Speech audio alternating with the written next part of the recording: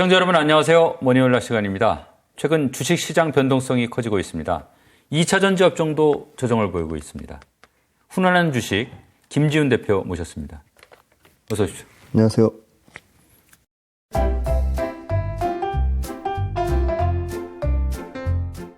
사실 우리가 이제 두 번 걸쳐서 2분기 실적 정리해드렸었는데 오늘 그냥 간략하게 총정리 한번 하고 시작하시죠. 일단 배터리 셀단에서는 매출은 선방했는데 이익에서 다소 부진한 부분이 있었습니다. 그런데 이제 LG 에너지솔루션 같은 경우는 첨단 생산 세액 공제가 생각보다 좀 적게 반영된 부분이 있었고, 두 번째는 이제 GM하고 볼트 그 일회성 비용 떠는 부분이 있어서 당연히 3분기, 4분기부터는 실적이 훨씬 좋아질 거로 예상하고 있고요. 첨단 생산 세액 공제의 반영도 커질 것이라고 예상하고 있습니다. 그 다음에 이제 삼성 SDI 같은 경우는 100% 전기차 분량이 아니기 때문에 삼성 SDI 같은 경우도 전동공구라든지 IT 단에 들어가는 배터리 쪽에 그 실적 좀 깎이는 부분이 있었습니다. 그리고 삼성 SDI 같은 경우는 IT나 OLED 소재 쪽에 들어가는 편광필름 쪽에서 부진이 나오면서 삼성 SDI도 실적이 전체적으로는 선방했지만 이익률 측면에서 한 7.7%로, 원래 삼성 SDI 같은 경우는 거의 두 자릿수 9.9%, 10% 가까이 이익률이 나오는데 이익률에서 다소 좀 하향했지만 전체적으로 좀 잘 나왔다. 그리고 SK 이노베이션은 처음으로 이제 SK운이 첨단 생산 세액 공제를 반영하면서 생각보다 빠르게 적자폭이 축소는 됐지만 아직 흑자 전환은 안 해서 올해 하반기쯤에는 흑자 전환할 것으로 예상을 하고 있습니다. 네, 그 다음에 이제 양극재 단인데요. 양극재는 가장 유일하게 컨센서스를 상회하는 실적 나온 거는 코스모 신소재인데요. 근데 코스모 신소재 같은 경우는 영업이익 93억이 나왔는데 이 온전히 2차전지 양극재 영업이익으로 실적이 좋았다기보다는 MLCC 쪽 이 전도성 패스트 부분, IT 부품 쪽에서 상당히 호실적이 나왔고요. 그 다음에 두 번째는 이제 에코프로비엠 같은 경우는 영업이익 단에서 1000억대 이상, 영업이익 기초 체력을 1000억대 이상의 영업이익 체력을 유지하면서 이익률이 6%대까지, 5.7에서 6%까지 회복이 됐습니다. 그리고 에코프로비엠도 분기당 이제 매출 1조 넘는 1조 9천억대 가까운 매출을 체력을 유지를 하고 있고요. 그 다음에 이제 포스코 퓨처엠 같은 경우도 매출과 이익에서 상당히 개선됐지만 포스코 퓨처엠도 역시나 그 2차전지 소재를 제외한 기타 철강의 내화물, 부산물 측면에서 거기서 좀 실적이 깎아먹는 부분이 있었지만 다소 긍정적인 부분은 영업이익률이 1.8%대에서 4.3%까지 회복이 됐다는 점이고요. 그 다음에 LG화학 같은 경우는 역시나 기초석유화학 사업부와 생명과학 사업부 모두 부진했음에도 불구하고 첨단 소재 사업부의 양극재 영업이익률이 8.3%를 기록하면서 양극재 단에서 굉장히 실적 선방하는 모습을 보여줬다. 그래서 기초석유화학 사업부가 작년 4분기 기준으로 1660억 적자에서 지금 거의 150억대 적자까지 적자폭을 엄청나게 줄였기 때문에 이 부분이 기본 수준만 유지한다면 양극재 사업부가 올해 연간으로 봤을 때는 이 기초석유화학 사업부의 매출과 이익을 모두 뛰어넘는 수준을 나올 것으로 예상을 하고 있어서 내년부터는 완전히 LG화학도 탈바꿈이 될 거라고 보고 있고요. 그리고 마지막으로 이제 LNF 같은 경우는 상당히 올해 2분기에 실적이 좀 부진한 부분이 있었습니다. 아마 메탈 가격 올라간 부분, 메탈 가격 비싸게 산 부분에 대해서 실적의 일회성 비용으로 한 150억에서 200억 정도 반영하면서 95% 정도 영업이 하락한 부분이 있었는데 그 LNF 측에서는 이제 요 일회성 비용 뺄 경우에는 우리도 연간 영업이익 체력 한 700억 정도 나온다고 했으니까 하반기에는 아마 LNF가 좀 가장 실적상에서는 가장 드라마틱한 개선되는 모습을 보여줄 것이라고 예상을 하고 있고요. 전반적으로 지금 2차전지 양극재 업체의 리튬 판매 가격 하락에 대한 부분은 3분기까지는 계속 영향을 미칠 것으로 보고 있습니다. 대표님, 올해 이제 3분의 2가 거의 다 지나갔어요. 네. 오늘은 그래서 연간 실적 전망 한번 살펴보면 좋을 것 같아요. 우선 셀 기업하고 원자재 기업 한번 볼까요? 네, 말씀 주신 대로 연간 실적 전망이 훨씬 중요하다고 보는 이유가요. 아무래도 하반기에 실적이 훨씬 대부분 잘 나오는 경향이 있고요. 장비 업체도 그렇고 이 소재 업체들도 그렇고 하반기 실적이 훨씬 좋습니다. 그래서 하반기 실적이 많이 큰 폭으로 개선되는데요. 먼저 셀단으로 보시면 자, LG 에소 같은 경우가 이제 2023년 올해 같은 경우 37% 정도 매출 증가율이 나올 것으로 보고 있고요. 첨단 생산세액 공제가 본격적으로 반영되는 원년이기 때문에 지금 영업이익에서 한 121% 정도 네이버 추정치로 나와 있고요. 24년, 25년 연간으로도 3년 평균치가 92% 정도 어마어마한 영업이익 상승을 예상하고 있습니다. 삼성 SDI 같은 경우는 3년 평균 영업이익 추정치가 지금 한 25% 정도 예상하고 있고요. 삼성 SDI 같은 경우는 매출에서는 한 20%대, 그리고 LG엔솔 같은 경우는 매출에서 30%대 상승률을 예상하고 있어서 가장 배터리 셀단에서는 LG엔솔 실적 증가폭이 가장 클 것으로 보고 있고요.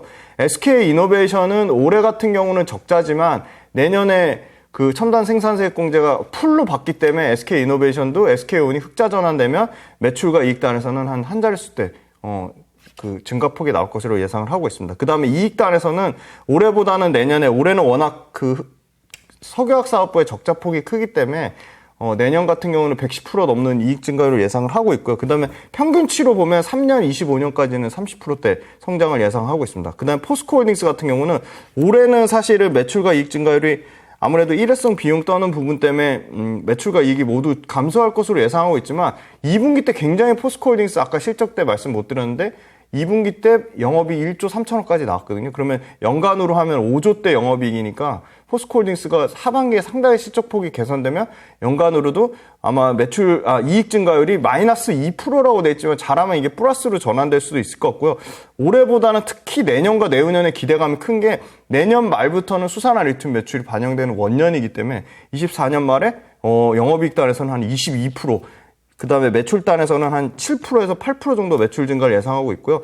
영업이 25년에는 한 15%, 매출단에서도 25년에 역시 7%에서 8% 정도. 그러니까 포스코홀딩스도 이 85조 나는 매출에서 매출과 이익단에서는 한 20%, 매출단에서는 한 7% 정도 예상하는데 그 증가폭이 가파라질 것으로 보는 이유가 25년부터 수산화 리튬의 매출이 최소한 지금 26,000톤 기준으로 1조 8천억이니까 어마어마하게 지금 10만 톤, 일단 25년에 그 염수 리튬에서 5만 톤, 광석 리튬에서 5만 톤이면 10만 톤 기준으로 하면은 매출만 거의 그러니까 아까 26,000톤에 2조 잡았었거든요. 그러면은 10만 톤이면 거의 한 8조에서 10조 매출이 나는 거거든요. 근데 에비타 마진이 60%입니다. 그러니까 어마어마한 마진이 나는 거기 때문에 아마 25년보다는 26년보다는 27년. 그래서 포스코홀딩스의 장기 롱텀 계획은 2030년까지 2차 전지 소재에서 수산화 리튬 매출만 30만 톤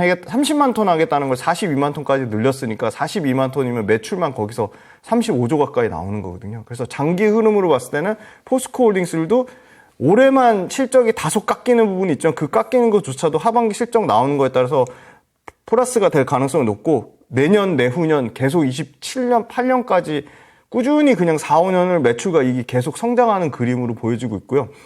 이 에코프로 같은 경우는 올해 워낙 가파르게 매출과 이익의 증가폭이 크기 때문에 매출과 이익 증가폭은 줄어듭니다. 하지만 그럼에도 불구하고 에코프로도 향후 3년 동안 약 한 40% 정도 매출 증가율을 예상을 하고 있고요.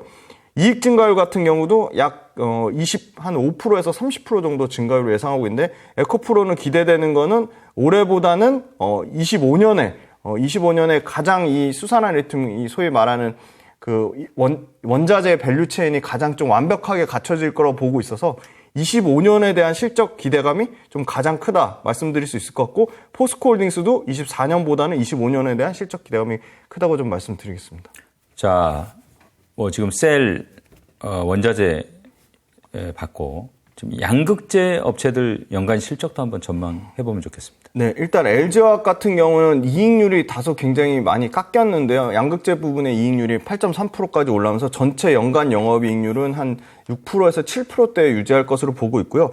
워낙 덩치가 크기 때문에 아까 말씀드린 석유화학 사업부도 있고 제약 사업부도 있기 때문에 매출이나 이익의 증가폭은 적지만 LG화학도 워낙 이 24년에 드라마틱한 이익 개선이 나올 것이라고 보고 있어서 24년에 이익 증가율이 한 91%까지 예상이 되고 25년에도 46%까지 예상이 됩니다. 이 부분은 아까 말씀드린 첨단 소재 사업부로 완전히 이제 배터리 소재 기업으로 탈바꿈하는 기초 석유화학 사업부에서 첨단 소재 사업부로 완전 탈바꿈하는 원년이 내년이라고 보고 있기 때문에 이렇게 가파르게 이익 증가율이 예상이 되고 있고요.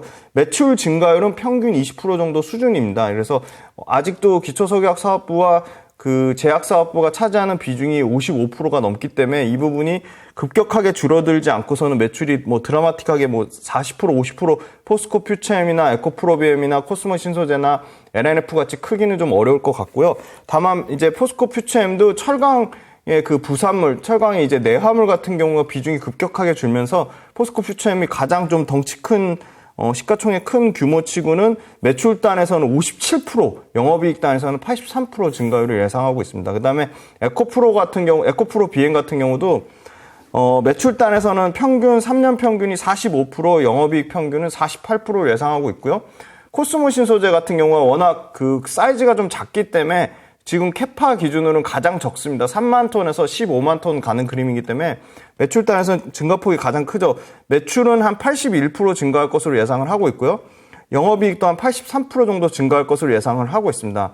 LNF도 매출단에서는 3년 평균이 한 46% 정도 될 정도로 LNF도 견조한 매출 성장률을 예상을 하고 있고요. 영업이익은 올해는 워낙 아까 2분기 실적 쇼크가 컸기 때문에 올해는 연간으로는 25% 감소를 예상하지만 2024년, 25년 모두 평균 그 성장률 자체는 한 63%. 그래서 소위 말하는 양극재 5대 천왕의 3년 평균 매출 증가율이 50%에 육박하고 영업이익 증가율은 65%에 육박한다. 그래서 요거 표를 가져왔는데 가장 이제 연도별로 보면 23년에 올해 같은 거는 포스코 퓨처엠이랑 코스모 신소재가 좀 약진할 거로 보이고 내년 같은 경우도 역시 포스코 퓨처엠하고 코스모 신소재가 좀 약진할 것으로 보이고 25년도에도 포스코 퓨처엠하고 코스모 신소재 그래서 3년치 평균 역시 코스모 신소재랑 포스코 퓨처엠이 제일 좋아 보이고요. 그다음에 이제 영업이익 단으로 보면 영업이익은 내년은 LNF가 가장 좀 좋을 것으로 보이고 내후년하고 올해 같은 경우는 역시나 포스코 퓨처엠하고 에코프로비움이 좀 좋아 보인다. 그래서 어느 것 하나 우열을 가릴 거 없이 전체적으로 양극재 5대 천왕이 업체는 매출과 이익에 모두 가파른 개선세가 최소 3년 이상은 좀 유지될 것으로 보고 있습니다. 자, 음극재, 도전재, 첨가재, 장비 이건 좀 한꺼번에 묶어서 네네. 이 업종별로 이제 주요 기업들 네네. 연간 실적 한번 전망해 주십시오. 음극재, 도전재, 첨가재 쪽에 나노신소재하고 그 대주전자재료 같은 경우는 대주전자재료가 가장 실적 증가폭은 크고요. 24년과 25년에 매출과 이익에서 모두 한 90% 이상 성장이 나오고요. 나노신소재 같은 경우는 올해 워낙 실적 그 2분기랑 3분기에 대한 기대감이 크기 때문에 실적의 증가폭은 둔화되지만 나노신소재도 24년과 25년에 평균치를 내보면 거의 60% 가까운 성장이 나오고요. 그 다음에 이제 장비업체들 평균을 보시면 장비업체 같은 경우는 올해 하반기가 본격적인 수주 사이클입니다. 그래서 하나기술이 가장 실적 증가폭이 큰데요. 하나기술이 3년 평균이 62% 성장이 나오고요. 그 다음에 영업이익단에서는 92% 성장이 나옵니다. 그래서 하나기술이 아마 대규모 수주 받은 건을 반영하면 매출에 대한 증가폭이 가장 클 것으로 보고 있고요. P&T는 워낙 덩치가 큽니다. P&T는 지금 그 매출과 이익 사이즈가 제일 장비업체 중에 크기 때문에 매출 증가폭이나 이익 증가폭이 다소 적을 수는 있는데 그럼에도 불구하고 3년 평균치는 33%가 나오고요. 이익 평균치도 30% 가까이 나옵니다. 그래서 P&T도 매출과 이익에서 모두 30% 넘는 증가가 나온다. 그 다음에 이제 D&T 같은 경우가 지금 올해 굉장히 큰 폭의 성장이 나오는데 매출단에서 160% 넘는 성장이 나올 거라고 보고 있고요. 이익단에서도 110% 넘는 성장이 나올 거라고 보고 있어요. 근데 다만 이제 D&T 같은 경우는 25년도 추정치가 없거든요. 그래서 아마 올해하고 내년에 평균치만 하면 약 80% 정도 성장이 나오지 않을까. 그래서 P&T, 그 다음에 D&T, 하나기술, 심지어 윤성 FNC까지 모두 지금 연평균 50%, 매출에서 50%, 영업이익 50% 성장이 나와서 어떻게 보면 장비주가 그 일회성이라는, 그러니까 한번 수주가 나가면 굉장히 수주 공백이 2-3년 동안 지속돼서 매출과 이익에 대한 안정성이 떨어진다는 그런 어떤 좀 약간 잘못된 그 리스크 요인이 그 시장에 팽배해 있다면 2차 전지 장비 회사들은 23년 하반기부터 24년, 25년까지 왜냐면 워낙 북미하고 유럽에서 캐파 증설해 놓은 게 많기 때문에 그거에 들어가는 장비가 향후 2-3년 동안은 수주가 좀 꾸준히 안정적으로 유지될 거라고 보고 있어서 장비주가 최근에 그래도 빠르게 좀 주가가 많이 회복이 되고 소재업체랑 격차를 상당히 주가 폭을 줄이고 있습니다. 그래서 장비업체는 기회가 될 거라고 보고 있고 장비업체 중에 역시 차별화되는 거는 수주잔고가 많이 쌓여있는 회사들 그 다음에 글로벌 3사, 그러니까 국내 배터리 셀 업체 말고도 유럽이라든지, 글로벌 업체들로 고객사를 다변화한 회사들로 압축해야 되고요. 그다음에 이익률로 치면 여기 표 보시면 아시겠지만 PNT가 가장 영업이익률이 좋고요. 그다음에 윤성 FNC, 그다음에 이제 코인테크 정도 수준이다. 그래서 이익률이 좋다는 얘기는 그 회사가 적정 마진을 받고 있다는 것을 이익률로 나타낼 수 있기 때문에 매출과 이익은 늘어나는데 뭐 이 마진이 엄청 박하거나 예를 들어 뭐 TSI 같은 회사들은 사실 투자하는 데 있어서 조금 선별해서 투자를 해야 된다. 그렇게 말씀드리겠습니다. 최근에 보니까 리튬 가격이 제법 많이 떨어졌고 니켈 가격도 뭐 약간 내린 것 같습니다. 네. 이렇게 되면 아무래도 이제 3분기 실적에는 좀 악재로 작용할 가능성이 큰 거 아닌가요? 하반기 지금 실적 좀 좋을 거라고 하는데 3분기는 이게 악재 아닌가 싶은데 어떻습니까? 네, 지금 리튬 가격 판가 빠지는 건 사실 시장에 새로운 사실은 아니고 이미 알려져 있는 사실이긴 합니다. 그래서 그래요? 3분기부터 양극재 판가 빠진 거는 이미 다 그 업체에서 인식을 하고 있는 것 같고요.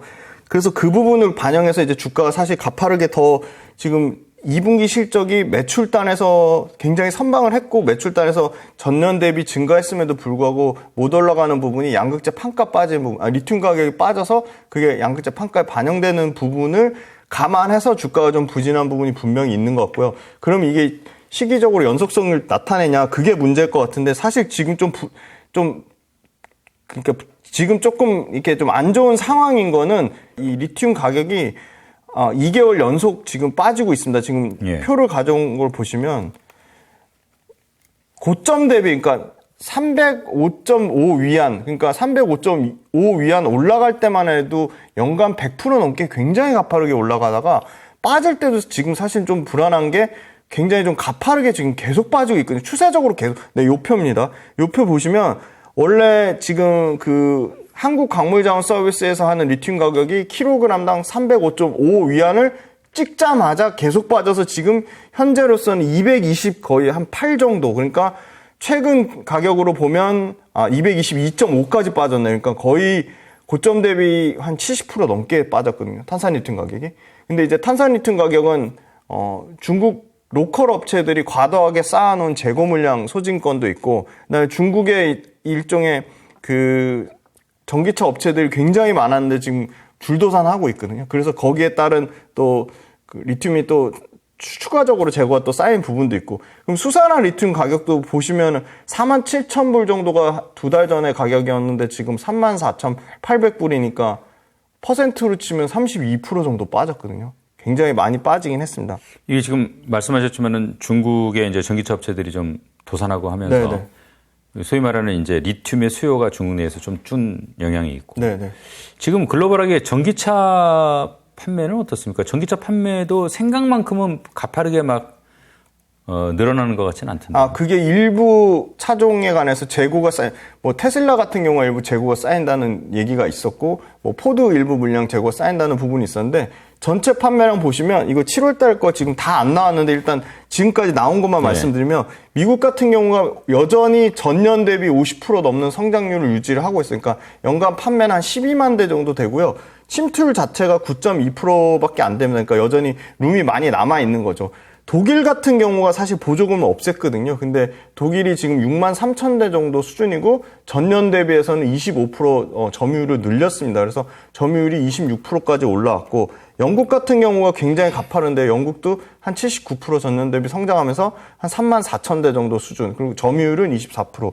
프랑스가 역시 전년 대비 46% 성장하면서 판매량 기준으로는 3만 대. 그러니까 영국, 프랑스, 독일, 뭐 스웨덴, 뭐 그다음에 노르웨이 이런 회사들, 노르웨이 이런 그 글로벌로 전기차가 많이 판매하는 지역들의 평균치는 여전히 50%가 넘는 수준이다. 그래서 판매량 자체는 그렇게 급격하게 줄어든 건 아닌데 일부 차종에 관해서 재고 물량이 쌓이는 부분이 있어서 그 부분은 계속 조금 리스크 요인이 될 수도 있겠습니다. 그리고 중국 관련돼서 또 보시면 이제 7월달 데이터가 7월 중국 전기차 판매량도 지금 전년 대비 50%가 넘는 수준을 지금 유지를 했거든요. 그래서 아까 말씀드린 재고 쌓이는 거는 일부 그 순위가 좀 떨어지는 업체들에 대한 부분이고, 실제 지금 글로벌 탑 1등부터 10등 사이, 그러니까 완성차 업체 중에 글로벌로 지금 1등에서 10등 사이에 유지하는 업체들의 판매량은 크게 빠지지는 않고 있습니다. 지금 전체적인 실적이.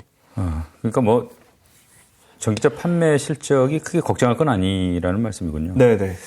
이 2차 전지 업종이 전반적으로 막 빠르게 지금 성장하는 업종 아니겠습니까? 네. 또 제조업이고 그러다 보니까 이제 캐펙스 증가가 좀 네네. 활발한 업종이잖아요. 네. 사실 이게 돈이 좀 많이 들잖아요. 그렇죠. 그래서 우리 오늘 이렇게 다룬 기업들 좀 재무 상황은 어떤지 좀 궁금해요. 네. 사실은 말씀 주신 대로 기본적으로 1,000억 단위의 투자가 들어가기 때문에 굉장히 재무 구조가 중요한데 계속 외부에서 자본을 차입해서 쓸 수는 없거든요. 그래서 예. 저희가 처음 이거 다루는 것 같은데 사실 굉장히 중요한 부분입니다. 그래서 먼저 포스코 그룹부터 순서대로 좀, 예. 한번 좀 재무 현황을 좀 점검을 사실 한번 우리가 해드리면 처음이잖아요. 재무 네, 현황 처음 점검. 하는 겁니다. 예. 근데 원래 진작에 이걸 했었어야 되는데 포스코홀딩스부터 이제 재무 비율 보시면 제일 중요한 게 실제 영업 활동으로 현금 흐름이 얼마나 잘 원활하게 돌아가는지 그게 영업 활동 현금 흐름이 중요하고요. 두 번째는 회사가 현금성 자산이 꾸준히 쌓이고 있는지 그게 두 번째고요. 세 번째는 부채 비율, 적정 부채 비율 수준을 유지하고 있는지. 네 번째는 순차입금 비율, 외부에서 차입을 많이 해오는지. 당연히 부채 비율이나 순차입금 비율은 낮을수록 좋은 거고요. 유동 비율이라고 있습니다. 말이 어려운 것 같지만 간단하게 설명드리면 유동 자산을 유동 부채로 나눈 건데요. 유동 자산이라는 거는 1년 안에 현금화할 수 있는 게 유동 자산이고요. 유동 부채라는 거는 1년 안에 현금화해서 갚아야 되는 겁니다. 그래서 당연히 유동 부채보다는 유동 자산이 많은 게 좋은 거고요. 적정 유동 비율, 그러니까 정해진 공식은 없습니다. 그러니까 저는 이렇게 구조적으로 성장하는 회사들은 보통은 아주 타이트하게 부채 비율 100%를 잡는데 한 150에서 200%까지는 크게 문제는 안 된다고 보고 있습니다. 그래서 150이나 200%라는 그 수치를 대략적으로 좀 참고를 하시고요. 참고만 하세요. 그러니까 순차입금 비율은 기본적으로 100% 미만이어야 됩니다. 그리고 유동 비율은 최소한 100% 이상 돼야 되는데 요 기준으로 한번 쭉 말씀드려 볼게요. 포스코홀딩스 같은 경우는 영업활동으로 벌어들이는 현금 흐름이 6조 7천억, 7조 9천억, 8조 7천억 꾸준히 증가합니다. 굉장히 현금 흐름이 좋습니다. 현금성 자산은 지금 그 네이버에 평균치가 안 나오기 때문에 그 레포트를 참조했는데 레포트마다 다 달라요. 왜냐하면 기준치가 다를 수 있기 때문에. 그래서 가장 보수적인 걸로 가져왔습니다. 그럼에도 불구하고 포스코의 올해, 내년, 내후년의 현금 흐름은 최소한 5조 이상 현금성 자산을 보유할 것이다. 부채 비율은 역시나 상당히 낮은데 60%대입니다. 그리고 순차입금 비율도 20%대, 유동 비율은 200%대. 그래서 가장 영업활동 현금 흐름, 현금성 자산, 부채 비율, 유동 비율, 순차입금 비율 완벽할 정도로 재무 구조가 굉장히 탄탄하다고 말씀드리겠습니다. 그리고 포스코 퓨처엠 말씀드리겠습니다. 당연히 포스코홀딩스보다는 떨어지는데 굉장히 개선되는 흐름을 보여주고 있고요. 다만 딱 하나 여기 눈에 띄는 거는 부채 비율이 25년 기준으로 177.9%까지 올라갑니다. 영업활동 현금 흐름도 1,000억대, 4,000억대, 6,000억대 늘어나고요. 현금성 자산도 아마 24년하고 25년 그 데이터 중에 가장 보수적인 걸 가져왔지만 여전히 현금성 자산은 한 1,000억대 정도 수준을 좀 유지할 거라고 보이고요. 유동 비율도 3년 내내 계속 100% 넘는 수준이고 순차입금 비율도 100% 미만입니다. 다만 부채 비율이 178%까지 올라가는데 이 부분 관련돼서는 어떤 일회성 비용이 있는 건지 아니면 그 재무구조상 차입을 하는 경우가 급격히 늘어나는지 좀 체크를 해봐야 될 것 같고요. 그러나 감내할 수 있는 수준이다. 좀 그렇게 말씀드릴 수 있을 것 같고요. 에코프로 같은 경우는 올해는 영업활동 현금 흐름이 마이너스인데 내년에 거의 1조 가까이 영업활동 현금 흐름이 들어오고요. 현금 및 현금성 자산도 여기 보시면 23년에 5,044억에서 24년에 1조 가까이 늘어나고요. 부채 비율은 올해가 가장 높고 111%까지 한 150% 안짝으로 떨어질 것으로 보이고요. 순차입금 비율도 올해가 가장 높은데 계속 조정돼서 55%까지 좀 떨어질 거라고 보고 있습니다. 유동 비율도 상당히 안정적인 수준입니다. 155에서 163%까지 늘어날 거로 보고 있습니다. 에코프로비엠도 생각보다 재무구조 굉장히 괜찮은데요. 현금성 자산은 계속 한 4,000억대, 3,500억대에서 4,000억대 수준을 유지하고 영업활동 현금 흐름이 내년에는 한 4,800억대, 내후년에는 한 6,200억대까지 영업활동 현금 흐름이 꾸준히 증가하는 모습을 보인다. 포스코 퓨처엠이랑 동일하게 역시나 계속적으로 시설 투자를 하고 증설을 하는 모멘텀 때문에 부채 비율이 다소 높은 부분이 있습니다. 하지만 25년에 160%대까지 좀 떨어진다는 거고요. 순차익금 비율 역시도 에코프로 BM도 100% 미만이기 때문에 부채 비율 다소 올라가지만 순차익금 비율이 낮기 때문에 우려할 만한 수준은 아니다. 유동 비율도 100%를 넘고 있고요. 그래서 에코프로 그룹, 포스코 그룹 모두 지금 재무구조 상당히 탄탄하다. 그런데 지금 압도적으로 역시 LG그룹이 가장 재무구조가 좋은데요. 보시면 LG에너지솔루션 표 보시면 내년에 6조 7천억의 영업활동 현금 흐름이 나오고요. 25년에 거의 10조 가까운 영업활동 현금 흐름이 나옵니다. 현금성 자산도요. 가장 공격적으로 셀단에서 투자함에도 불구하고 LG에너지솔루션은 여전히 2조가 넘는 현금 흐름이 현금성 자산으로 계속 보유를 하고 있고요. 부채 비율은 평균 100% 정도 수준이니까 적정 부채 비율을 유지하고 있고요. 순차익금은 거의 없는 수준입니다. 거의 10%대 중후반이고요. 유동 비율 또한 거의 2배 가까운 180% 유동 비율을 나타내고 있습니다. LG화학 마찬가지인데요. LG화학도 영업활동 현금 흐름이 꾸준히 증가해서 내년에 한 6조 9천억대가 약 7조 가까이 영업활동 현금 흐름이 나오고 25년 기준으로는 10조 가까이 영업활동 현금 흐름이 나옵니다. 그리고 부채 비율 또한 100% 미만이고요. 순차익금 비율도 100% 미만, 유동 비율도 150%대. 그러니까 상당히 LG화학도 재무구조가 굉장히 탄탄하다. 그렇게 말씀드리겠습니다. 그리고 저희가 이제 히든 챔피언 쪽으로 소개해드렸던 종목들 한번 훑어드리면 PNT 같은 경우도 영업활동 현금 흐름이 올해는 마이너스지만 내년에 1,000억대 흐름이 나오고요. 내후년에는 1,400억대 계속 개선되는 모습을 보여주고요.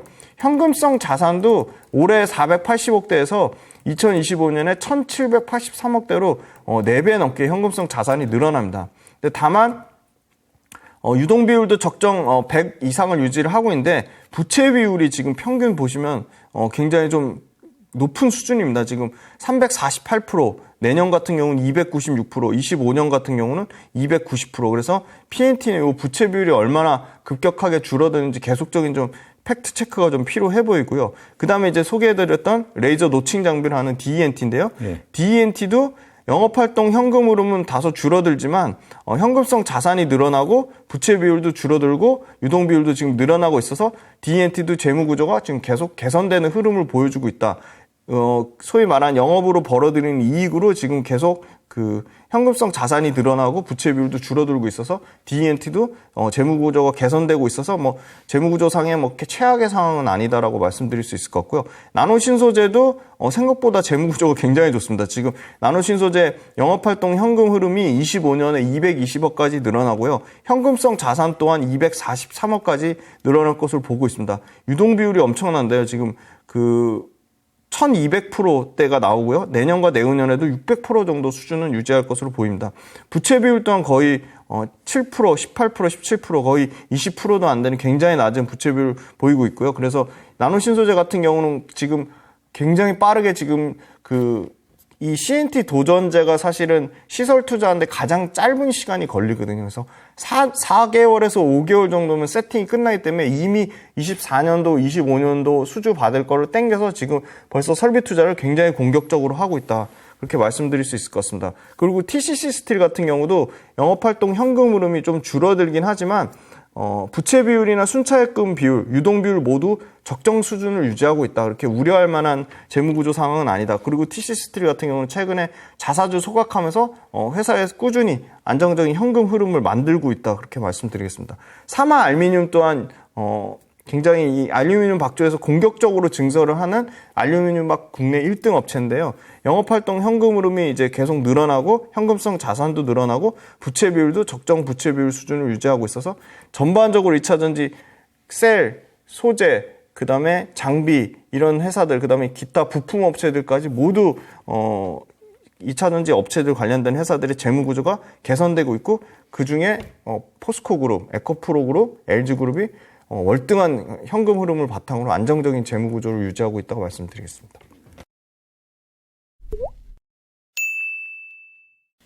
대표님, 이번에는 2차 전지 업체들 최근에 이제 전반적인 수급 현황 네네. 좀 짚어주시면 좋겠어요. 네, 일단 포스코홀딩스부터 보시면 줄기차게 지금 거의 3개월 내내 기간이 팔고 있고요.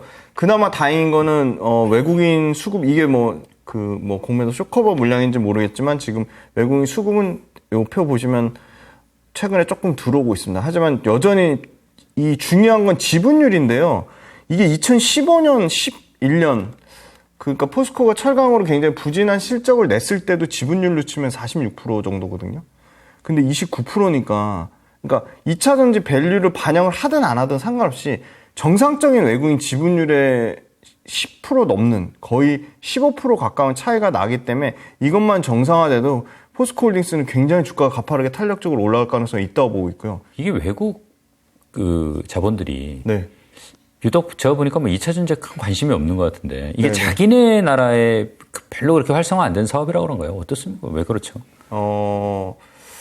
사실 이 포스코홀딩스가 그때 이제 그 골드만삭스가 모건 스탠리에서 나온 레포트 비교할 때 대표적인 업체가 이제 미국의 엘버만, 칠레 SQM, 중국의 틴치 리튬 이런 회사들을 비해서 밸류에이션이 비싸다라고 보고 비싸다. 지금 비싸다라고 보고 굉장히 그 홀대하는 측면이 있는데 사실은 포스코홀딩스의 그냥 연간 철강으로만 나오는 매출 체력만 봐도 85조 매출에 연간 영업이 6조 나는 거거든요.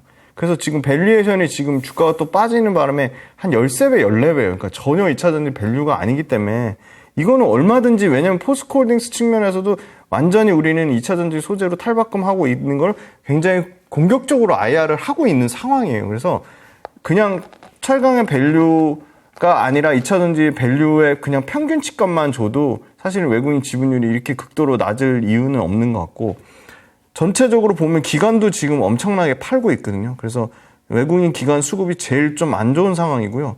포스코 퓨처엠은 조금 다릅니다. 포스코 퓨처엠은 원래도 외국인 지분율이 낮았지만 최근에 기관하고 외국인 쪽에서 이 빨간색이 더 많이 보이시죠. 동반 조금 매수가 좀 들어오고 있고요. 예.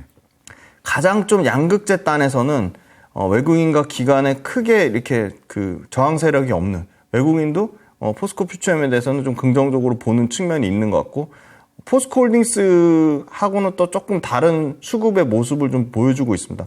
기관도 포스코 퓨처엠 같은 경우는 목표가를 상당히 상향하는 모습을 많이 보여주고 있고요. 그래서 아무래도 포스코 퓨처엠은 밸류에이션이 비싼데 앞으로 실리콘 응급제라든지 그 밸류체인 내재화 측면에서 가장 조금 높은 그 프리미엄 할증을 주는 부분이 좀 반영이 좀 된 것 같습니다. 그래서 수급적으로는 좀 양호하다. 홀딩스랑 좀 다르다.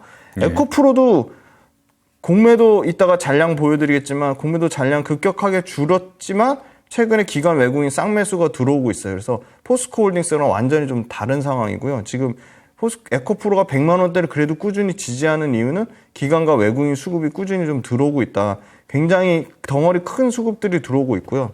에코프로 BM 같은 경우는 기관이 엄청나게 사고 있거든요.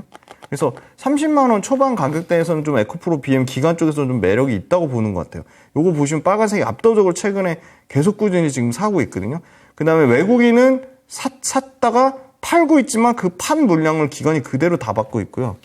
LG 에너지 솔루션 같은 경우는 기관 외국인 모두 엄청나게 계속 팔다가 최근에 그나마 기관 쪽 물량은 들어오고 있지만 에코프로 그룹보다는 수급이 이렇게 좋은 상황은 전혀 아니다라고 말씀드리겠습니다. 수급은 LG화학이 가장 나쁜데요. 기관하고 외국인 모두 펀더멘탈에는 사실 아까 말씀드린 양극재 업체, 그러니까 첨단 소재 업체로 완전 탈바꿈이 됐음에도 불구하고 70만 원대부터 지금 56만 원까지 27%가 넘게 빠졌고요. 주가 측면에서 굉장히 지금 PER로 치면요. 그냥 이거 일반 화학 업체 PER 딱 그 정도 평균도 안 되는 수준 PER이거든요.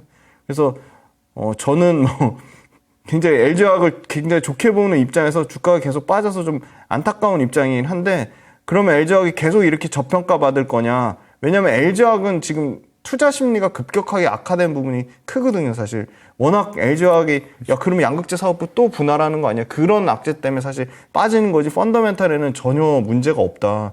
LG화학도 에코프로나 포스코그룹처럼 굉장히 밸류체인 내재화가 잘 돼 있고 양극재 캐파 얘네도 지금 48만 톤까지 하겠다고 했거든요. 그럼 48만 톤이면 포스코 퓨처 에코프로 BM 다음에 3위거든요.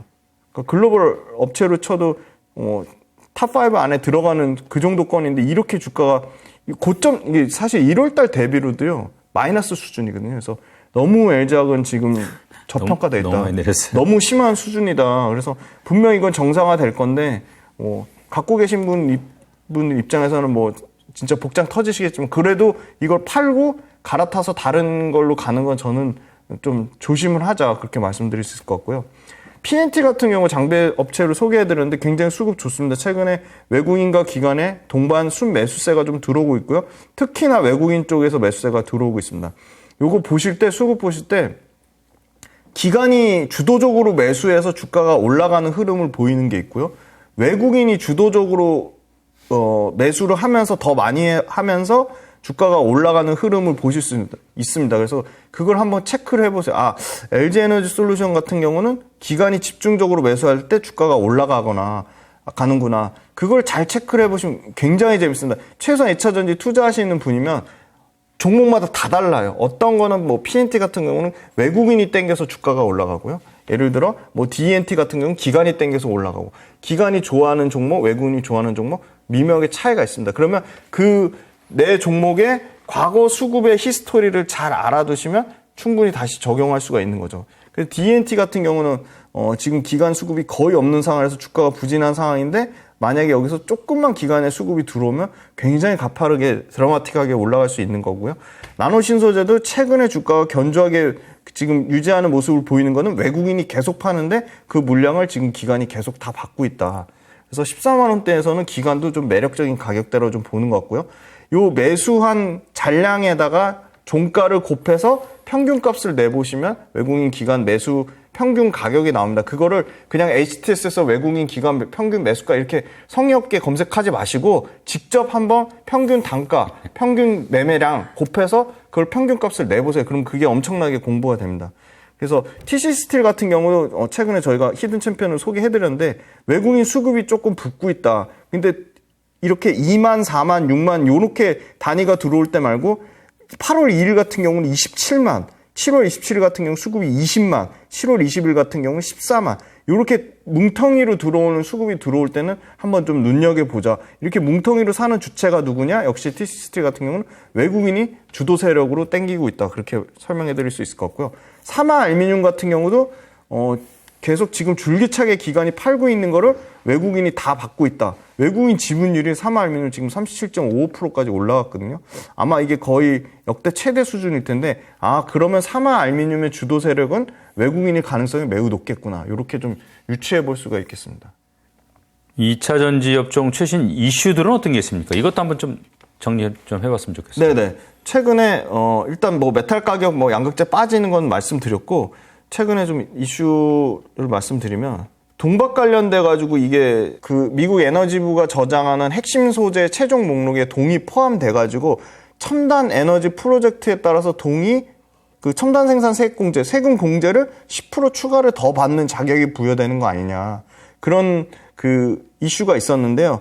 이 동박하고 동은 완전히 다른 거죠. 그러니까 동이 동박의 원재료, 주 원재료인 건 분명한데 IRA의 기준에 따르면 원재료에서의 동과 제품으로서의 동박을 구분해 놨거든요. 그러니까 당연히 동박만 적용이 되는 거죠. 그러니까 새롭게 크레딧 적용이 안 되는 거죠. 그러니까 10% 추가 받을 수 없는 거고, 이미 작년 12월 달에 재무부의 화이트 페이퍼에서 동박의 구성재료 재정의를 했어요. 그러니까 배터리 부품이 아닌 핵심 광물로 분류했기 때문에 그냥 기존에 동박에 갖는 10% 세액공제 그걸로 그냥 한정이 되는 거고요.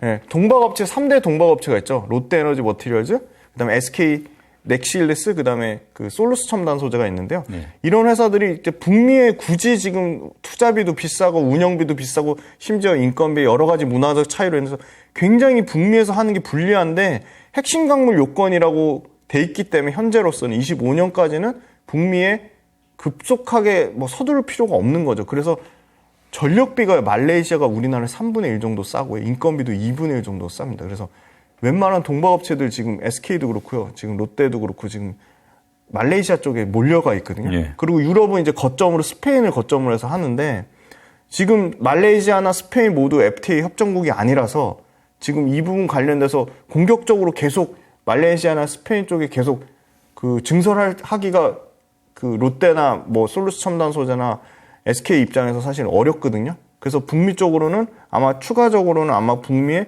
공장을 지을 건데, 그 부분이 언제 내년이 될지 내후년이 될지는 좀 상황을 좀 지켜봐야 된다. 그렇게 보고 있고요. 제일 중요한 건 이제 전기차 어느 차종이 잘 팔리냐가 제일 중요하거든요, 사실. 그래서 요거 모델별로 가져왔는데 제일 중요한 건 완성차가 잘 팔려야지 거기에 들어가는 배터리가 많이 팔리는 거잖아요. 예. LG 엔솔은 주력은 테슬라가 주력은 아니고요. 폭스바겐 ID3랑 ID4, 그 다음에 포드의 머스탱 마흐 2라고 이게 상당히 잘 팔리는 모델이고요. 현대차의 아이오닉 6 코나, 그리고 테슬라의 모델 3랑 모델 Y 일부에 LG 엔솔 배터리가 들어가고요. 그 다음에 이제 SK 온 같은 경우는 아이오닉 5, 그 다음에 EV6, 그 다음에 메르세데스 벤츠 EQA랑 EQB 요게 들어가고요. 삼성 SDI는 픽업 트럭인 리비안 R1TS, 그리고 BMW 고가차종이죠. i4, i7X, 그리고 아우디의 이트론이 삼성 SDI 모델이 들어가고요. 파나소닉은 테슬라 북미 시장에 들어가는 모델 Y랑 모델 S에만 들어갑니다. 그래서 굉장히 좀 고객사가 굉장히 협소하고요.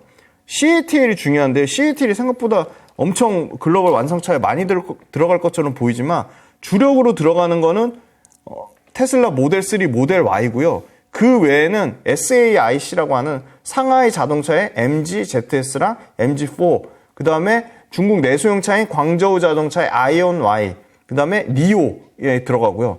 BYD 같은 경우는 완전 중국 내수죠. 그 유한 플러스 아토3란 2천만 원대 미만 저가 차종, 이게 여기에 들어가고요. 그래서 완성차 글로벌로 북미랑 유럽 데이터 계속 말씀드리는데 북미랑 유럽 데이터 1등부터 5등 사이에 모두 LG 엔솔, SK온, 삼성 SDI가 골고루 지금 들어가 있습니다.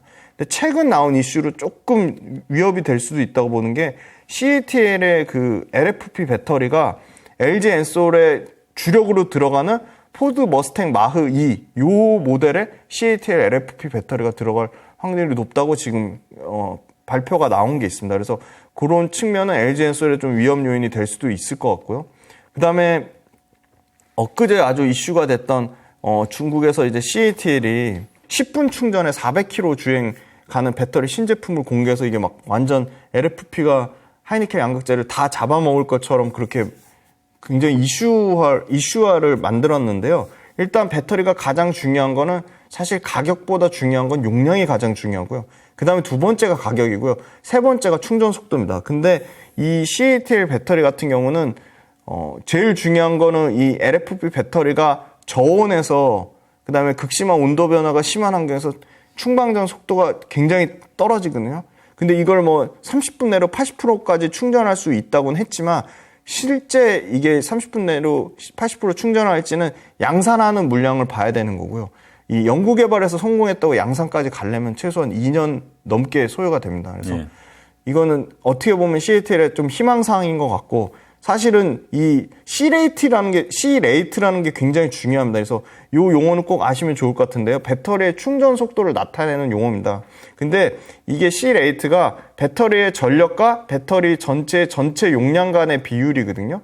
그래서 지금 얘네는 지금 C레이트 4C에서 충전하는 LFP 배터리를 한다고 했는데 이게 현실적으로 4C에서 충전하려면 엄청나게 지금 용량이 좋아야 되는데 지금 이렇게 4C에서 충전 가능한 엄청나게 용량 좋은 거는 BYD의 블레이드 배터리라는 게 있습니다. 근데 BYD의 블레이드 배터리도 사실 하이니켄 양극재랑 가격 차이가 별로 안 나거든요. 그래서 그 정도 용량이 나오지도 않을 뿐더러 그 정도 이 LFP 배터리 저가로 그렇게 용량을 맞출 수가 없다. 그래서 사실 이거는 CATL이 자기네들 LFP 배터리를 많이 팔기 위한 어떻게 보면 과대 선정용이라고 보고 있고요. 이걸 가지고 너무 CATL에 대해서 그러면 국내 이제 하이니켄 배터리가 상당히 어려운 위치를 차지하게 돼서 그런 어떻게 보면 잘못된 이슈를 양산하는 거에 대해서 좀 저희가 굉장히 좀 주도 면밀하게 이슈를 좀 체크해 봐야 된다. 그렇게 말씀드리겠습니다. 이게 이제 뭐 되는 업종이다 보니까 참 이래저래 해서 어떻게 보면은 좀 과장된 뉴스나 이런 것도 좀 많은 것 같아요. 굉장히 많습니다. 네. 2차 전지 지금 공매도는 어떻습니까? 전체적으로 보니까 뭐 줄어들지는 않고 있는 것 같은데. 네네. 관련 기업들 공매도 현황 좀 한번 살펴봐 주십시오. 요 첫 번째 표는 이제 공매도 업체 입장에서 수익이 나는지 표인데요. 예. 자, 이 대비율을 보시면 됩니다. 대비율이 일단 우선 순위부터 말씀드리면 코스피에서는 포스코홀딩스, 포스코퓨처엠 1등, 2등은 계속 놓치지 않고 있고요. 코스닥에서는 에코프로, BM, LNF가 순위를 놓치지 않고 있습니다. 자, 플러스 15.84%라는 거는 자, 이 6개월치 값을 가져왔는데요. 6개월치, 3개월치, 1개월치, 5일치 이제 계속 어떻게 가격이 변하는지 좀 눈여겨보시면요. 포스코홀딩스의 6개월 가격을 보시면 15.84 플러스 돼 있습니다. 그러면 플러스라는 얘기는 공매도가 산 가격으로부터 15.84% 마이너스인 상황이고요. 포스코홀딩스는 가격이 올랐기 때문에 손해본 거라 이 얘기죠. 그렇죠. 네. 포스코 퓨처엠도 역시 마이너스 상황입니다. 13.27% 마이너스 상황인데 이게 3개월 지나면 급격히 바뀝니다. 5월달 데이터부터 8월 18일 지난 금요일 데이터를 보시면 포스코홀딩스가 0.26% 플러스입니다. 그러니까 거의 공매도 세력이 3개월 전에 공매도 친 세력은 지금 포스코홀딩스로 손실이 아닌 거죠. 아닌 거죠. 거의 본전 수준이고요. 포스코 퓨처엠은 오히려 3.35% 마이너스입니다. 마이너스라는 얘기는 포스코 퓨처엠 공매도 친 세력이 3.35% 수익이라는 얘기입니다. LG엔솔 같은 경우는 3개월 세력 보시면 3.75% 여전히 수익이라는 얘기고요. 1개월 단위로 끊어보시면 포스코홀딩스가 마이너스 10.35%입니다. 최근에 포스코홀딩스 주가가 빠지면서 공매도 세력이 10.35% 수익 중이라는 얘기고요. 포스코 퓨처엠은 더합니다. 지금 19.26% 수익 중입니다. LG에너지솔루션 3.85% 수익 중이고요. 최근 5일치 8월 11일부터 18일까지 데이터를 보면 포스코홀딩스가 지금 2.29% 그러니까 2.29% 마이너스니까 2.29% 수익 중이라는 얘기고요.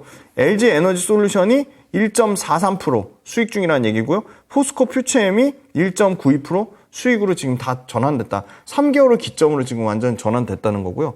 두 번째 데이터 이제 에코프로 보시면 6개월 전만 해도 에코프로 BM이 16.65% 마이너스였고요. 에코프로가 마이너스 66.7% 마이너스였거든요. 그래서 급격하게 에코프로 그 쇼커버 물량이 들어온 거고요. 3개월 데이터를 보면 여전히 3개월 데이터 에코프로 여전히 마이너스입니다. 지금 마이너스 19.9%고요. 에코프로 BM은 3.64% 수익 중이었습니다. 근데 1개월 데이터로 보시면 에코프로 BM 20.7% 수익 중이고요. 공매도 세력이. 에코프로는 6.45% 공매도 세력이 수익 중입니다.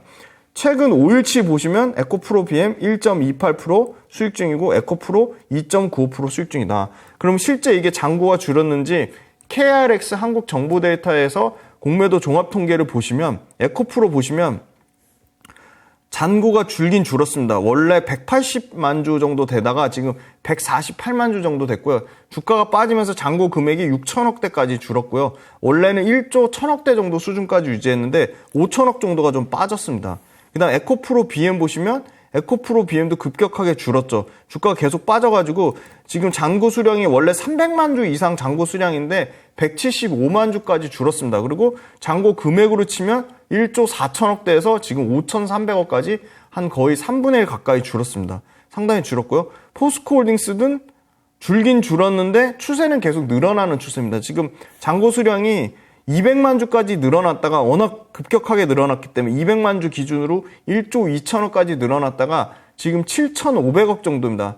잔고 수량 자체는 140만 주 정도고요. 그러니까 한 60만 주 정도 줄었는데 주가가 빠져서 잔고 금액이 엄청 줄은 것처럼 보이지만 여전히 한 140만 주 정도 유지된다고 보고 있고요. 포스코 퓨처엔 마찬가지입니다. 한 179만 주, 그러니까 1조 가까이 지금 잔고 금액이 쌓였다가 지금 6천억대까지 줄었습니다.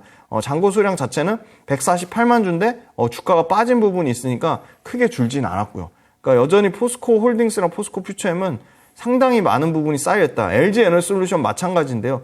1조 넘었는데 1조 1천억 가까이 쌓여있다가 잔고 수량이 줄지 않았는데 잔고 금액 8천억대. 이건 주가가 엄청 또 빠져가지고 LG에너지솔루션은 수량은 그대로인데 지금 금액만 줄어있는 상태고요. LG랑 마찬가지입니다. 잔고 금액이 1조 5천억 여전히 남아있고요. 잔고 수량도 26만 주 정도 수준을 유지하고 있다. 그래서 전체적으로 종합해드리면 에코프로랑 에코프로 BM은 상당히 줄었다. 그러니까 잔고 금액도 줄고 수량도 좀 줄은 상황이고 포스코홀딩스나 포스코 퓨처엠은 여전히 줄지 않고 있고 상당 부분 계속 앞으로도 힘겨루기가 좀 계속 될 거라고 보고 있습니다. 아무래도 이제 투자자들 마음이 좀 위축되는 시기예요.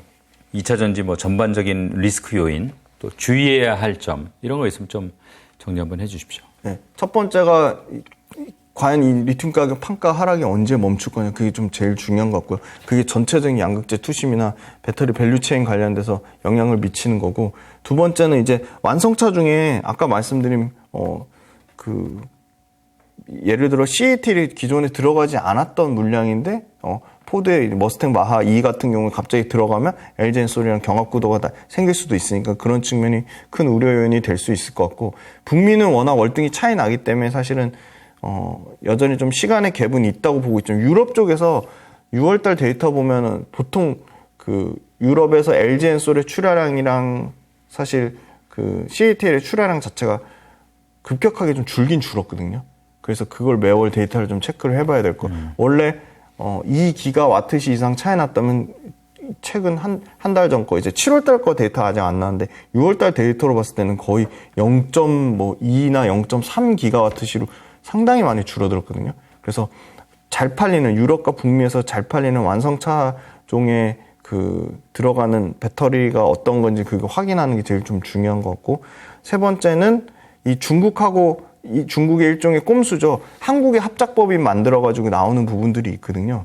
그게 진짜 실제 국내 업체들한테는 이게 도움이 되는 건지, 그 부분에 대한 좀 팩트체크가 좀 필요해 보이고요. 지분 구조가 중요하겠죠. 어디가 주도적으로 51대 49로 가져가느냐, 그게 좀 중요한 것 같고. 그래서 전반적으로 2분기 실적 판가 빠지는 부분, 그 다음에 출하량 줄어드는 부분이 우려 요인은 됐지만, 아까 말씀드린 양극재 같은 경우는 뭐 에코프로비엠이나 LG화학이 속한 청주에서 큰 폭의 드라마틱한 반등을 나오는 걸 봤을 때 계속적으로 판가가 빠지긴 좀 어려울 거다. 다만 이제 광물 가격 관련해가지고 얼마나 아까 말씀드린 중국 로컬 포함해서 재고가 급격하게 줄어드는지 여부, 그게 좀 중요한 것 같습니다. 자, 2차전지 투자자분들께 좀 하실 말씀 있으면 말씀드리고 오늘 순서 마무리하겠습니다. 네. 여전히 초전도체가 이제 조금 멈추니까 맥신이란 새로운 또 물질로 인해서 수급의 쏠림 현상이 굉장히 좀 심한 상황입니다. 근데 가장 처음에 투자하셨을 때 가졌던 꺾이지 않는 마음, 그게 좀 가장 중요한 것 같아요. 기본적인, 그러면 내 투자 마음이 꺾이지 않으려면 원칙이 있어야 되잖아요. 그 원칙은 여전히 변함이 없습니다. 첫 번째가 2차전지 회사들의 소위 말하는 시장 침투. 그러니까 시장 침투율이 지금 전기차 기준으로 미국에서 9.2%, 그다음에 유럽에서 한 19.8%, 그다음에 중국에서 한 거의 31% 정도 되니까 북미하고 유럽에서 시장 침투율이 50%까지 올라와야 되니까 그러려면 아직 성장의 여력이 남아 있는 거죠. 그리고 두 번째는 2차전지 관련된 회사들의 캐펙스 투자 증가율이 급격하게 줄어들어야 되는데 24년, 25년, 26년까지는 캐펙스 투자의 증가율이 여전히 압도적으로 양극재 업체가 가장 높긴 하지만 양극재 업체를 제외한 비양극재 업체들도 캐펙스 증가율이 50%가 넘는다는 거. 그게 순차적으로 줄어들겠죠. 근데 아마 순차적으로 줄어들려면 최소한 2, 3년 이상의 갭은 필요해 보이고, 세 번째는 이런 회사들, 밸류체인 회사들의 실적 증가율입니다. 매출액 증가율, 영업이익 증가율, 아까 저희가 재무구조랑 같이 봐드렸는데 매출액 증가율, 영업이익 증가율 모두 지금 50%를 상회하거든요. 이 50%가 갑자기 50%에서 0%로 되진 않습니다. 그래서 50%에서 30%, 20%, 10%. 그래서 그 줄어드는 기준점을 나는 매출액이 한 20% 정도 줄어들면 굉장히 좀 불안한 수준이다. 그 기준점을 한번 잡아보시고, 네 번째는 2차전지를 대체할 만한 이런 맥신이라든지 초전도체 같은 테마주 말고 정말 그게 로봇이 됐든 AI 인공지능이 됐든 의료기기가 됐든 비만 치료제가 됐든 정말로 이 숫자가 찍히는, 매출과 이익이 50% 이상 성장하는 아주 매력적인 성장 산업이, 숫자가 찍히는 산업이, 대체 산업이 나타났을 때 그 네 가지 중에 공통적으로 두 가지 이상 만족하거나 아니면 나는 아주 보수적으로 잡아서 한 가지 이상만 만족하면 2차전지를 매도하겠다. 그런 원칙을 세우시는 게 중요할 것 같고요. 그럼 네 가지 중에 뭐가 제일 빨라? 그러면 제가 봤을 때는 캐펙스 증가율이 둔화되는 게 아마 가장 빠른 시기가 올 것 같은데, 그것도 향후 2년간은 시간은 걸릴 거다. 캐펙스 증가율이 급격하게 둔화되려면 최소 2년에서 3년 이상 소요될 거다. 그래서 주가에 사실 이렇게 주가 빠지는 거에 멘탈이 힘드시겠지만 저는 좀 긴 호흡으로 계속 보시라고 좀 말씀드리고, 아직은 2차전지를 대체할 만한 숫자가 찍히는 매력적인 성장 산업이 아직은 좀 안 보이고 있다. 좀 그렇게 말씀드릴 수 있을 것 같고요. 2차전지 관련돼서 수급 관련돼서도 걱정하시는 부분들이 많아서 말씀드리면, 수급은 언제든지 순환매의 성격을 띠기 때문에 수급은 언제든지 돌 수 있다. 그래서 지금은 뭐 초전도체나 이런 그 소위 말한 테마주 성격에 쏠려 있지만 그 부분은 정상화되면 급격하게 다시 완화될 거라고 그렇게 보고 있습니다. 네. 그러니까 오늘 뭐 2차 전지 총 정리 한번 했는데 그러니까 뭐 투자에 많은 도움이 됐으면 좋겠습니다. 네네. 오늘 고맙습니다. 감사합니다.